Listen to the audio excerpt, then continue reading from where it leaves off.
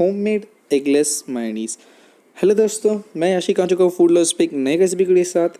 आज हम बनाने वाले हैं घर पर बहुत ही आसान तरीके से केवल 1 ही मिनट में बाज़ार में मिलने वाला वाइट मायोनीज़, बिल्कुल एगलेस तरीके से। आप देख सकते हैं एकदम बाज़ार में मिलने वाले मायोनीज़ जैसा ही है और हम इसे बनाएंगे केवल 1 मिनट में। तो चलिए शुरू करते हैं।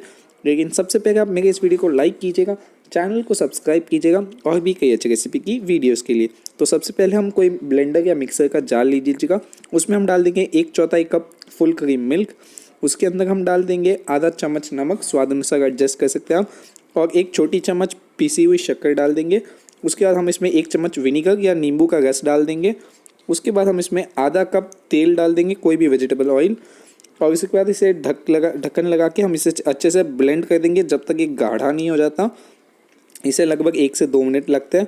उसके बाद आप ढक्कन खोल के देख लीजिएगा, उसकी थिकनेस चेक कर लीजिएगा। अगर आपको लगता है आपको थोड़ा और थिक चाहिए तो इसे और 1 मिनट के लिए अच्छे से ब्लेंड कर दीजिएगा आप, और फिर इसे आप किसी ग्लास कंटेनर या बाउल में ट्रांसफ़र कर दीजिएगा और आप इसे फ्रिज में रख के उसके बाद खाइएगा।